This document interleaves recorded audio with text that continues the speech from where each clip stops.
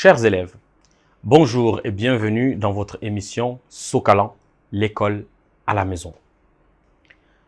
Aujourd'hui, nous allons suivre un cours de physique. Il sera présenté par Olivier Abozoulon. À vos cahiers et stylos et à tout à l'heure. Moi, c'est professeur Olivier, chargé du cours maths et physique. Mais aujourd'hui, on va faire le cours de physique. Donc, débuter un chapitre concernant sur la notion d'intensité du courant. Notion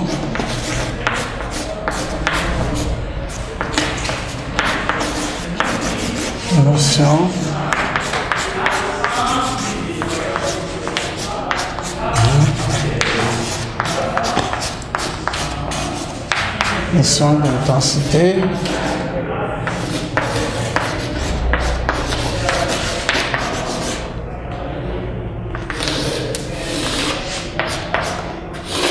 Donc, dans ce chapitre, on va essayer de définir le courant électrique. On va essayer de définir l'intensité du courant. On va essayer aussi de chercher par quel appareil on peut mesurer l'intensité du courant, l'unité de l'intensité du courant. On va essayer aussi de définir les dipôles et donner quelques exemples de dipôles. Alors, premièrement, on va commencer par la définition du courant électrique.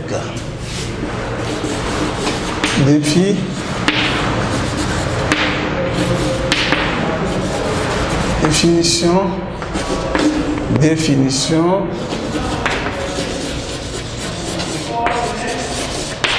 courant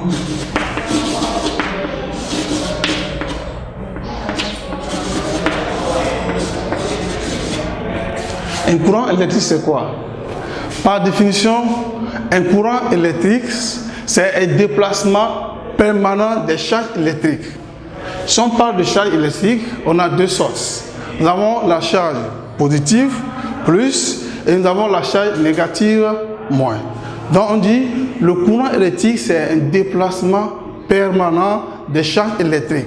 Maintenant, le déplacement, ça se fait au niveau de deux entités. Si nous avons un conducteur métallique,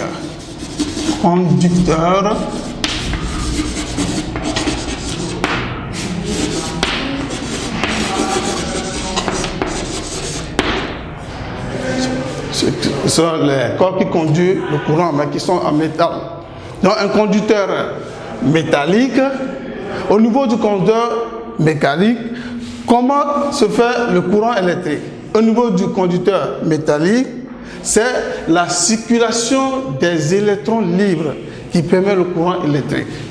Au niveau du conducteur métallique, c'est la circulation des électrons libres. Les électrons, c'est quoi? On ne voit pas les électrons à l'œil nu. Les électrons, ce sont des entités négatives, c'est-à-dire qui sont chargées négativement. On écrit comme ça, électron E, les entités qui sont chargées négativement et qui sont à l'extérieur de l'atome. L'atome, c'est quoi? C'est une entité électriquement neutre qui est constituée de deux éléments. Le premier élément, nous avons le noyau. Maintenant, c'est autour du noyau que gravitent les électrons. Donc, le noyau aussi est constitué du neutron et des neutrons. Mais ce n'est pas ça qui nous concerne aujourd'hui. Seulement, nous devons savoir que le courant électrique, par définition, c'est la circulation permanente des charges électriques. Maintenant, au niveau du conducteur électrique, c'est le déplacement des électrons. Maintenant, au niveau des électrolytes,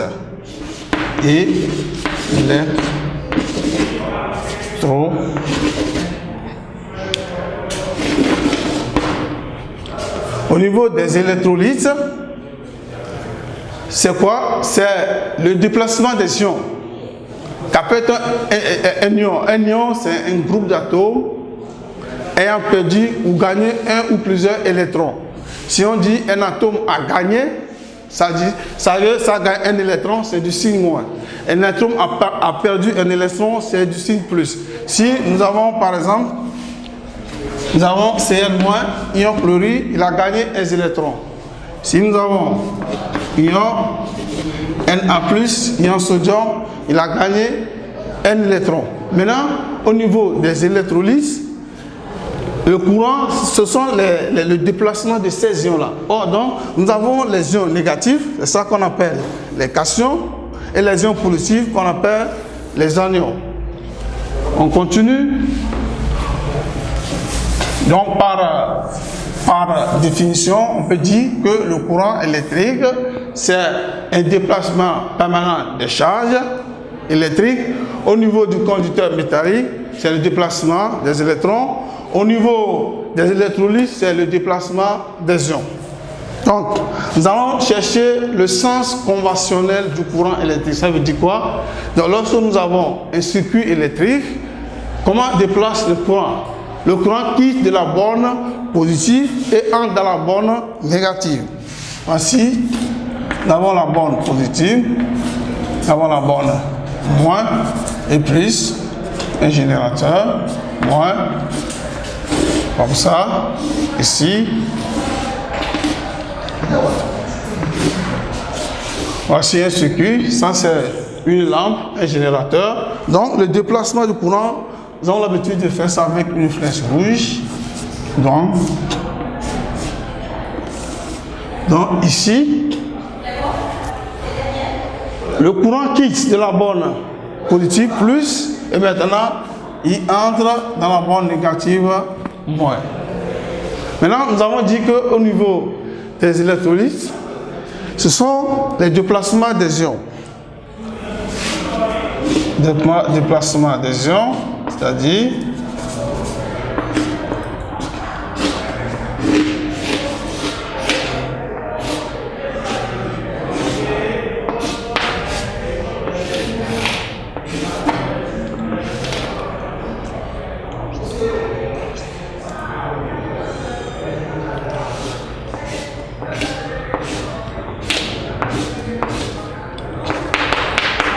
ici, si par exemple, nous avons des ions, par exemple, Na+, si nous avons des ions Cl-, donc c'est la solution là, c'est une solution conductrice, c'est une solution qui peut conduire le courant. Maintenant, comment ça va se faire le sens du courant? Donc, les ions sodium Na+, ils vont aller de ce sens, comme ça, et les ions Cl-, ils vont aller de ce sens. Ce sont les ions négatifs, c'est-à-dire ils vont quitter la borne négative, c'est ça, en rouge, comme ça. Et les ions sodium Na+, ils vont quitter la borne positive, c'est comme ça. Donc voici le sens au niveau des électrolytes et au niveau des conducteurs métalliques. Donc voici le sens conventionnel du courant électrique. Donc le courant quitte de la borne positive et entre dans la borne négative. Maintenant, dans ce circuit, le sens des électrons est l'opposé. Donc, les électrons vont se déplacer de la borne négative vers la borne positive. Ça, c'est les électrons, ça. Ce sont les électrons qui se déplacent. Ça, c'est le sens des électrons. Ça, c'est le sens conventionnel du courant électrique. On va continuer. On va parler aussi des effets du courant électrique. Si vous avez le courant, quels sont ces effets? Premièrement, on va essayer de parler de l'effet calorifique. Effet calorifique.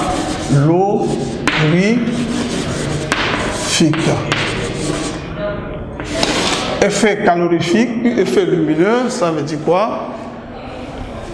Lorsque vous avez des petites fils, les fils qui sont très fins, le courant peut échauffer les fils et ces fils-là seront fondus. Donc lorsque les fils se fondent, on dit qu'il y a la chaleur. Donc on parle d'effet calorifique. Maintenant, nous allons passer de la deuxième effet magnétique.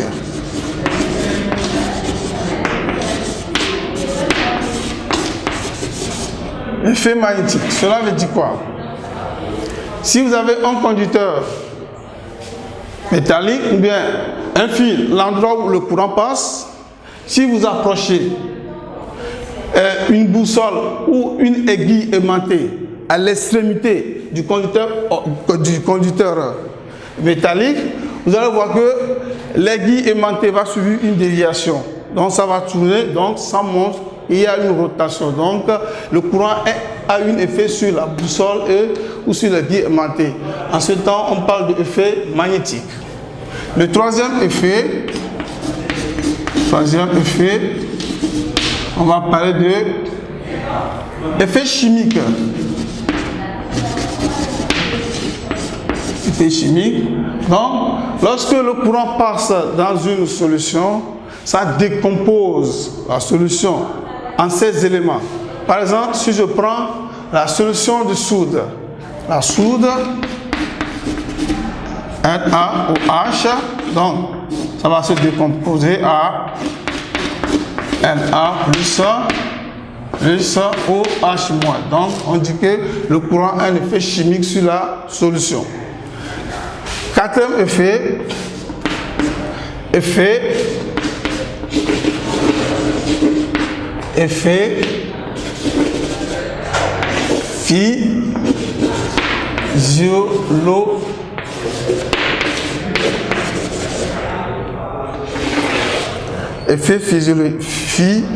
physiologique. Ça veut dire quoi?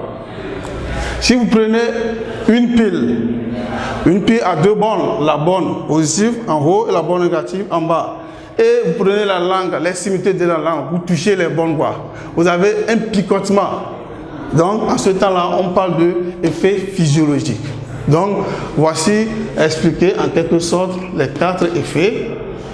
Effet calorifique, on dit que le courant échauffe le fil se fond. Donc il y a la chaleur, donc on parle d'effet calorifique.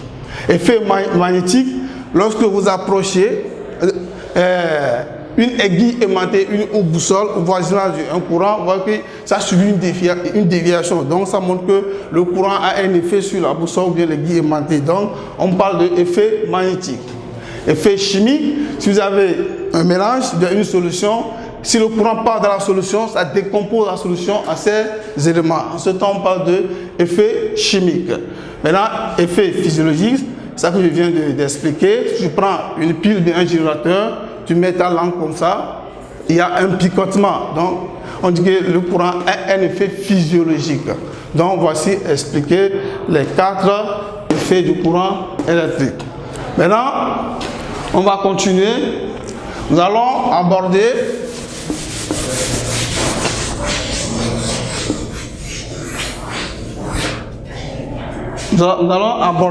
l'intensité du courant. L'intensité, je mets 2. L'intensité, intensité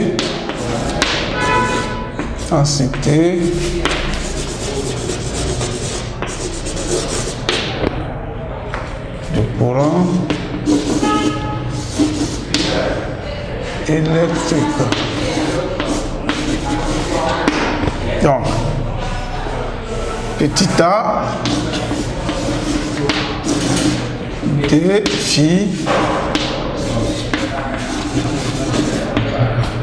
définition. Si nous avons une section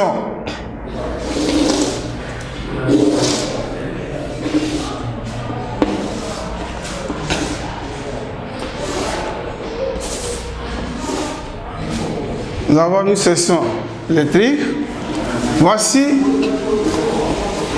les électrons qui se déplacent. Donc, par définition, l'intensité du courant, c'est la charge électrique qui traverse par seconde une section électrique. Donc, toutes les charges électriques, les électrons qui vont traverser cette section par seconde, qui vont arriver ici. Voici la circulation, qui vont arriver ici. Ça, c'est la circulation des électrons. Ça. Donc, la charge électrique qui traverse par seconde cette section électrique, c'est ça qu'on appelle l'intensité du courant. Maintenant, B, on va voir les unités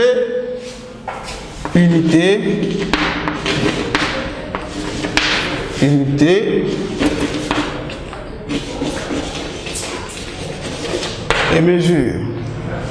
Donc, l'intensité du courant est exprimée en ampères. Pour exprimer l'intensité du courant, on utilise ampères. Ampères, voici, on met A. Ampères, on met grand A. L'intensité du courant est exprimée en ampères. Donc, l'ampère est représenté par la lettre majuscule A. Maintenant, nous pouvons aussi avoir les unités d'ampères. Il y a aussi kiloampères. On peut convertir kiloampères en ampères. Ça, c'est facile. Comme nous connaissons déjà, la conversion de kilomètre en mètre, c'est la même chose. Si je dis 1 kilomètre égale à combien de mètres? Égale à 1000 mètres. Donc, en même temps, 1 kiloampère aussi, ça donne aussi 1000 ampères. C'est la même chose. 1000 ampères égale à 10 puissance 3 ampères. On peut avoir aussi un milliampère. C'est comme si vous avez de millimètre en mètre. Donc, 1 millimètre égale à combien? Ça fait 0,001 mètre. Donc, ça fait 0,01 ampère qui donne 10 puissance moins 3 ampères. Si nous continuons, on peut aussi ajouter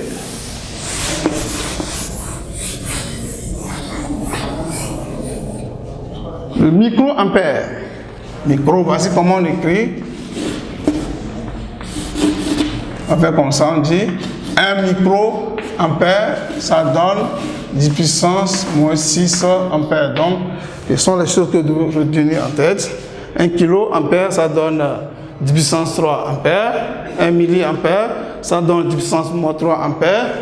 1 microampère, ça donne 10 puissance moins 6 ampères. Maintenant, mesure. Quel appareil qui nous permet de mesurer l'intensité du courant? Donc, pour mesurer l'intensité du courant, l'appareil qu'on utilise, c'est l'ampéromètre. Ampéromètre.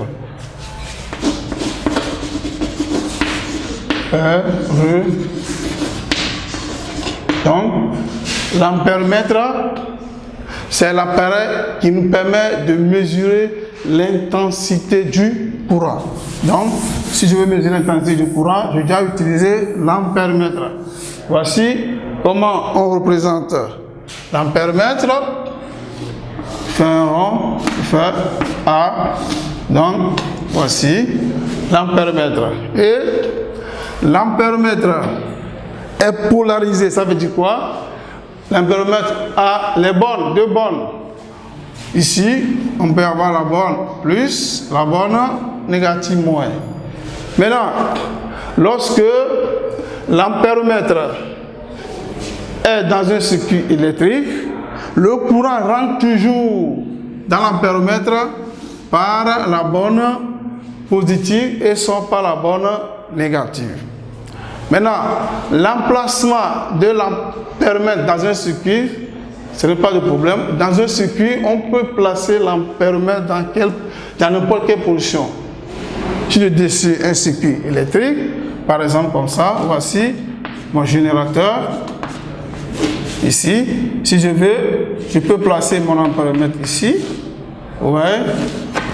Je peux placer mon ampéromètre ici. Quelqu'un peut placer l'ampéromètre ici.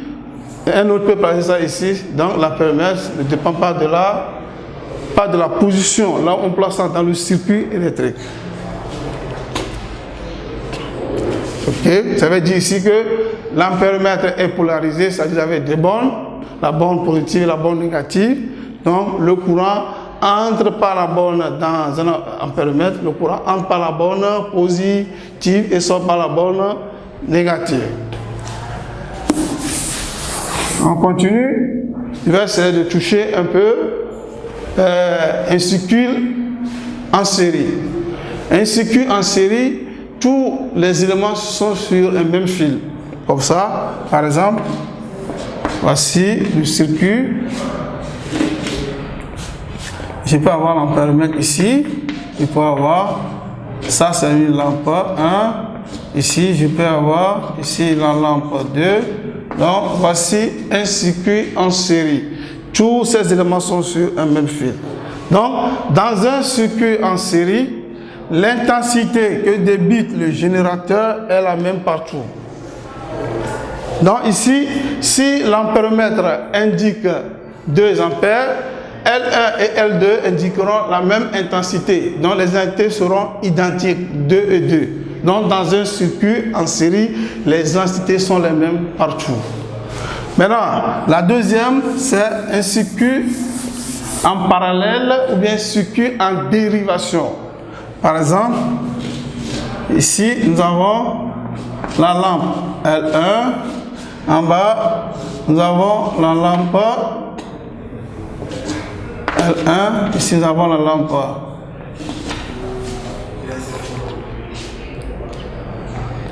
Donc, vous voyez, comme par définition, vous voyez que les deux là sont parallèles. C'est ça. Donc, dans un circuit en parallèle ou bien en dérivation, l'intensité principale, ici par exemple, si j'ai I, l'intensité principale, ça vient ici, ça se divise en deux. Il y a une partie qui va arriver là-bas, on va noter I1, il y a une partie qui va arriver ici, on va annoter I2. Donc, dans un circuit en parallèle ou bien en dérivation, l'intensité principale est la somme des deux intensités-là. Donc, tous les appareils qui sont en parallèle, leur somme, c'est ça qui donne l'intensité principale dans un circuit en dérivation. Or, dans un circuit en série, l'intensité est la même. Les dipôles, nous avons, d'abord, on va définir les dipôles. Un dipôle, c'est un appareil qui a deux bornes, la borne négative et la borne positive. Maintenant, nous avons deux catégories de dipôles. Nous avons les dipôles actifs. Donc, les dipôles actifs, ce sont les dipôles qui nous fournissent le courant, ils donnent le courant électrique. Nous avons la pile, l'accumulateur, nous avons la batterie, et le groupe électrogène que nous utilisons à la maison, ce sont des dipôles actifs. Ils donnent le courant électrique. Maintenant, les dipôles passifs. Les dipôles passifs sont des dipôles qui reçoivent le courant électrique.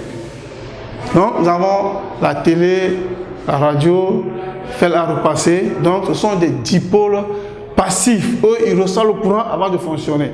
Or, les dipôles actifs donnent le courant électrique. Voici quelques exemples des dipôles. Donc, nous allons continuer. Maintenant, on va essayer d'utiliser l'ampéromètre. L'ampéromètre à aiguille. L'ampéromètre pour mesurer l'intensité du courant. Par exemple, ici, nous avons 0. Nous avons 5, 10, nous avons 20. 30, 5, 10. Donc ici, on va mettre 10. Ici, je mets 20. Ici, 30. Ici, je mets 40. Et ici, je mets 50. Maintenant, au niveau de l'ampéromètre, il y a ce qu'on appelle calibre. Il y a calibre et après, on doit avoir aussi la valeur de l'intensité. Voici l'aiguille qui est ici. On aiguille ici. Je vais essayer d'expliquer. Voici en quelque sorte le schéma schématique de l'ampéromètre. Le calibre, c'est quoi? Le calibre, c'est l'intensité maximale que l'appareil peut mesurer. Donc, chaque appareil a son calibre.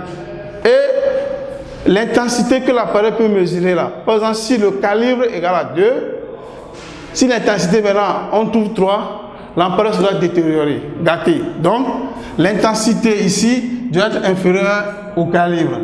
Donc, un calibre, c'est l'intensité maximale que l'appareil peut mesurer.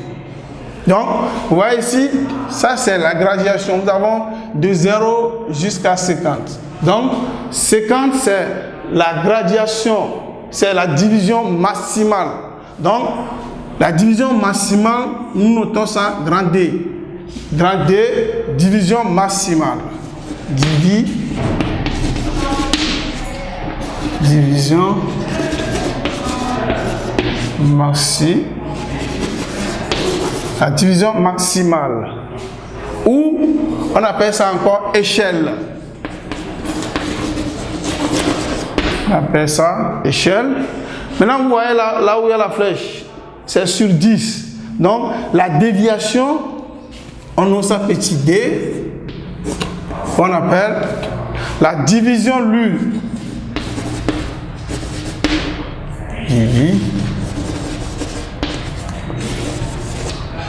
Division LU ou la lecture ou encore la graduation. Donc, lorsque je connais la division maximale ou l'échelle, je connais la division LU ou la graduation ou la lecture. Si je veux calculer l'intensité du courant, voici la formule. L'intensité du courant I est égale à la division LU, petit d, sur la division maximale grand D fois calibre. Calibre, j'avais dit par définition, c'est l'intensité maximale que l'appareil peut mesurer. Si votre intensité ici est supérieure au calibre, l'appareil sera détérioré, gâté. Alors, j'espère que ce cours vous a plu. Ce cours de physique qui nous a été présenté par M. Olivier Abozoulon. Olivier Abozoulon est enseignant au groupe scolaire La Providence Momo Cissé. N'oubliez pas de régulièrement vous exercer à la maison afin de maintenir votre niveau. Suivez-nous également sur nos réseaux sociaux, Facebook, Instagram ou encore sur YouTube. À très bientôt sur Africable pour de nouvelles aventures. Sokalan, l'école à la maison. Au revoir. Angakalanko, yeah.